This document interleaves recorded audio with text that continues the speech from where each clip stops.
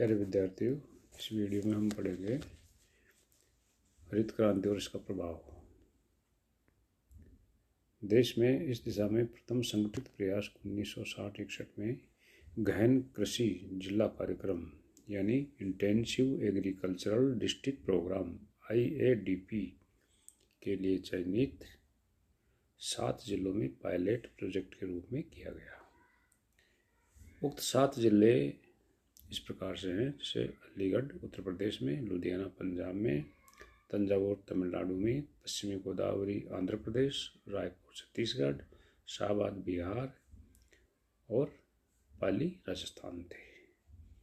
इस कार्यक्रम के परिणामों से उत्साहित होकर सरकार ने अक्टूबर 1965 में इस कार्यक्रम के संशोधित रूप को गहन कृषि क्षेत्र कार्यक्रम, इसका नाम बदल दिया गया, intensive agricultural area programme IAAP के नाम से देश के चुने हुए 114 जिलों में चलाया गया।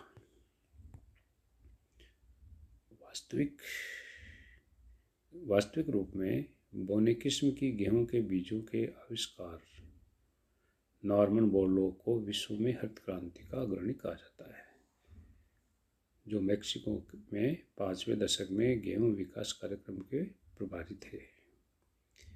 1951 में मेक्सिको में इनके द्वारा बोने किस्म की गेहूं की कृषि का प्रारंभ किया गया तथा 1956 में खाद्यान्न की दृष्टि से मेक्सिको को आत्मनिर्भर बना दिया गया और साथ ही गेहूं का प्रति हेक्टेयर उत्पादन 2.5 गुना तक भी बढ़ गया।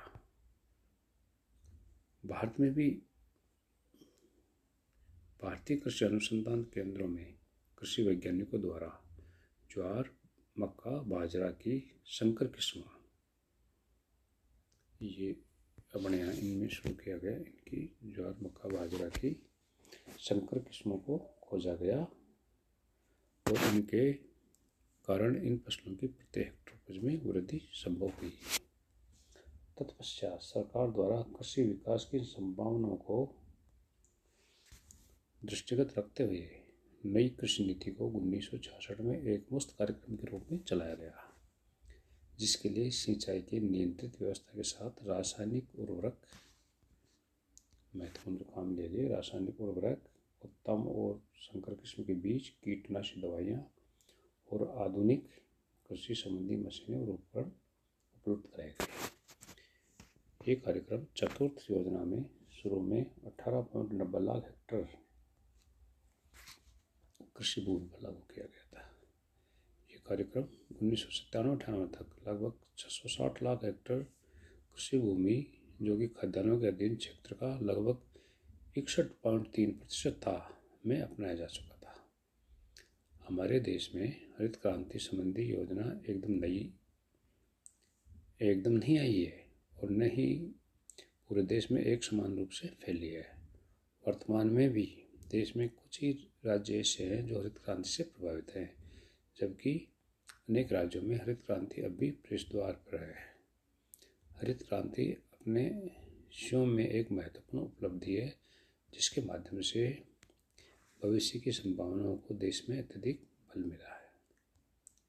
उन्नत किस्म के बीजों का आधुनिक वैज्ञानिक कृषि तकनीक के साथ विस्तार करने से हरित क्रांति ने संपूर्ण कृषि क्षेत्र में महत्वपूर्ण क्रांति लाती है।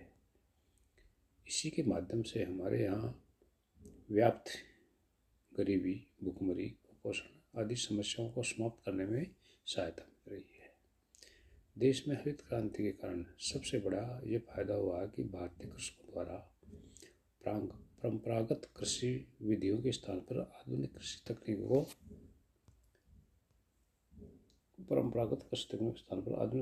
को अपनाते हेतु प्रोत्साहन मिला। हालांकि देश में सभी कृषक हरित क्रांति की प्रगति तथा परिवर्तनों से समान रूप से लाभान्वित नहीं हुए, किंतु फिर भी जो कृषक इससे लाभान्वित नहीं हुए वे इसकी आलोचना नहीं करते तथा अवसर प्राप्त होने पर इसे अपनाने के लिए तत्पर रहते हैं। छोटे कृषक अपनी वित्तीय स्थिति कमजोर होने के कारण नवीन कृषि तकनीकों को बड़े स्तर पर नहीं अपना सके। नवीन तकनीक के अंतर्गत स्थित अधिक जोखिम संसाधनों पर सीमित नियंत्रण, संस्थागत सुविधाओं का अभाव कृषि की आधुनिक तकनीक के विकास में मुख्य समस्याएं रही है। यानी ये जो मेन महत्वपूर्ण नई टेक्नोलॉजी के साथ ये रही है तकनीक, ये समस्या रही है। उक्त सभी बाधाओं के बावजूद हरित क्रांति की प्रगति के लिए 3 महत्वपूर्ण विषयों का निर्धारण किया गया है। जैसे कृषि भूमि का लगातार विस्तार हुआ है, कृषि भूमि में दोहरी फसल बोई जाने लगी है, जेनेटिक रूप से उन्नत बीजों का उपयोग होने लगा है। इतना होने के बाद में अब देखते हैं कि हरित क्रांति के अर्थव्यवस्था पर, कृषि की अर्थव्यवस्था पर क्या प्रभाव पड़ा। तो हरित क्रांति के विभिन्न आर्थिक प्रभाव क्या है, इनको देखते हैं। पिछले वर्षों में विद्वानों ने हरित क्रांति के विभिन्न आर्थिक प्रभावों का अध्ययन करके अपने निष्कर्ष प्रकाशित किए हैं। इस संबंध में विशेषतः निम्नलिखित क्षेत्रों में संभावित प्रभाव देखे गए हैं। पहला, फसलों के कुल उत्पादन व उत्पादकता पर प्रभाव। दूसरा, खेतीहर मजदूरों के लिए रोजगार व मजदूरी की मात्रा पर प्रभाव। तीसरा, विभिन्न प्रदेशों के बीच आय के वितरण पर प्रभाव। चौथा, एक ही स्थान पर विभिन्न कृषकों या व्यक्तियों के बीच आय के वितरण पर प्रभाव। और पांचवा जो प्रभाव देखा गया है वो है हरित क्रांति का संस्थागत परिवर्तनों जैसे भूमि सुधारों की संभावना पर प्रभाव। इस प्रकार से ये आर्थिक प्रभाव देखे गए, जो एक एक करके अपन लेते हैं। सबसे पहले लेते हैं अपन पहला, फसलों के कुल उत्पादन व उत्पादकता पर प्रभाव। इस पर क्या प्रभाव पड़ा? हरित क्रांति का विशेष प्रभाव गेहूं के उत्पादन पर पड़ा। और जैसा कि बताया जा चुका है, 1965-66 में गेहूं का उत्पादन 1 करोड़ टन से बढ़कर 1982-83 में 4.3 करोड़ टन हो गया, जो गेहूं में उल्लेखनीय सफलता का सूचक है। वीएस व्यास के अनुसार गेहूं में अत्यधिक सफलता का कारण यह है कि गेहूं का क्षेत्र एक लगातार फैला हुआ विशाल क्षेत्र है, जिसमें जलवायु व अन्य प्राकृतिक तकनीकी दृष्टि से काफ़ी समानता रही है। जबकि चावल व मोटे अनाजों के क्षेत्र यत्र तत्र बिखरे हुए रहे हैं। गेहूं के क्षेत्रों में सिंचाई व अन्य साधनों का विकास भी अपेक्षाकृत समुन्नत दशा में था। गेहूं के प्रदेशों में गेहूं दूसरी फसल होती है, जिसमें कृषक प्रथम फसल से अर्जित आमदनी का उपयोग गेहूं में कर पाते हैं। धान को मानसूनी वर्षा व बाढ़ की कठिन परिस्थितियों में कीटाणुओं से बचाने की आवश्यकता होती है, जो गेहूं में नहीं होती है।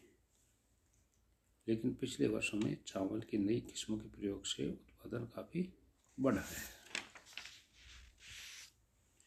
योजना आयोग के अनुसार 1949-50 से 1954-55 तक की अवधि में खाद्यान्नों के उत्पादन में वृद्धि दर 3% ही रही, जो बढ़कर 1964-65 से 1978-79 की अवधि में 2.4% व 2.3% वार्षिक दर से बढ़ी।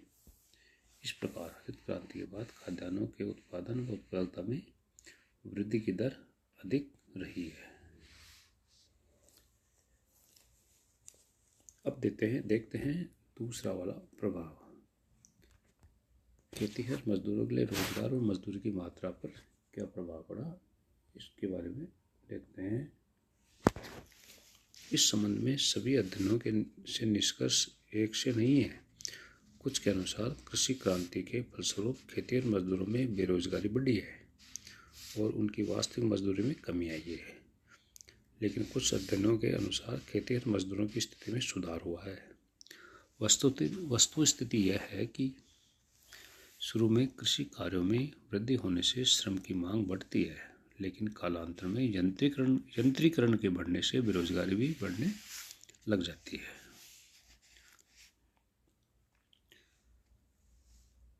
श्रीमती शीला भल्ला जो है, उन्होंने बताया, हरियाणा के कुछ चुने हुए क्षेत्रों का अध्ययन करके निष्कर्ष निकाला कि करनाल जिले व उसके आसपास के अत्यधिक सिंचित क्षेत्रों में, जिन्हें प्रदेश एक कहा गया है, श्रम की मांग बढ़ी है और श्रमिकों की आय व जीवन स्तर ऊंचा उठा है तथा बेरोजगारी में अधिक से अधिक नियमितता व निरंतरता पाई गई है।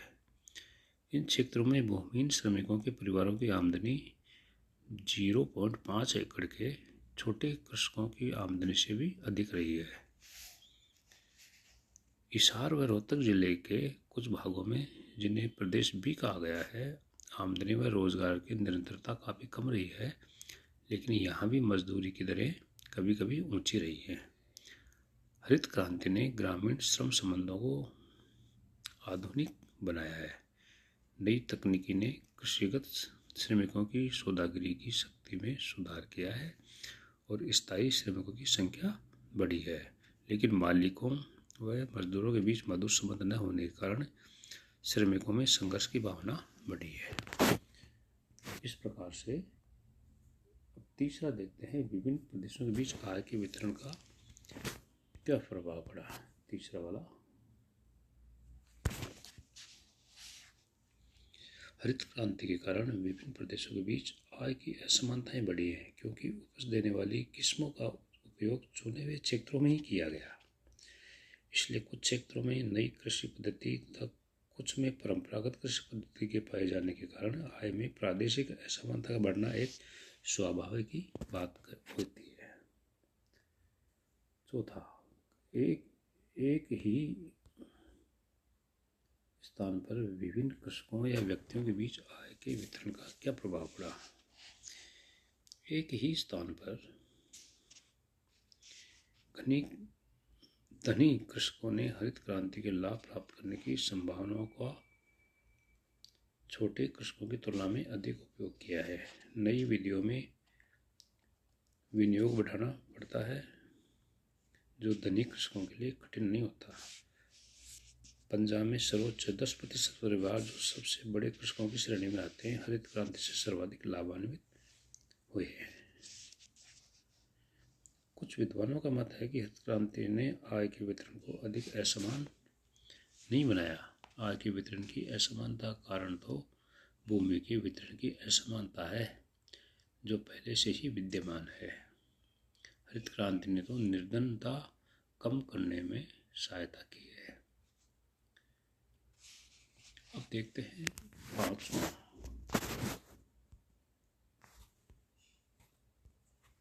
हरित क्रांति का संस्थागत परिवर्तनों जैसे भूमि सुधारों की पर क्या प्रभाव पड़ा। हरित क्रांति में धनी कृषक राजनीतिक दृष्टि से भी सबल हो गए हैं, इसलिए वे अपने प्रगतिशील भूमि सुधारों के मार्ग में बाधा डालते हैं। परिणाम स्वरूप राज्य सरकारें भूमि सुधार कानूनों को लागू करने में असमर्थ रही हैं। बिहार में नई तकनीकी का लाभ छोटे व मध्यम दर्जे के कृषकों को मिला, जहां वे अपनी राजनीतिक शक्ति को सुदृढ़ करने में लगे हैं। इस प्रकार देहातों में वर्ग संघर्ष व जाति संघर्ष बढ़े हैं और भूमिहीनों को अपने हितों की रक्षा के लिए बड़े कृषकों से संघर्ष करना पड़ रहा है। अब देखते हैं जो इसका आर्थिक प्रभाव पड़ा।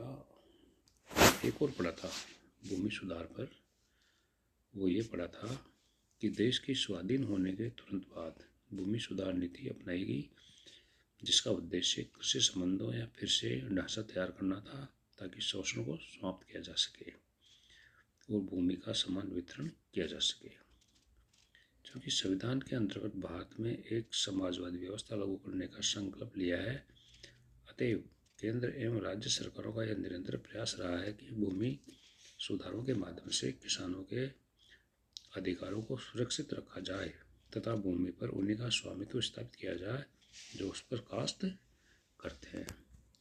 इस प्रकार से हरित क्रांति का आर्थिक प्रभाव भी अपने देखा और ये वीडियो पूरा हुआ। धन्यवाद।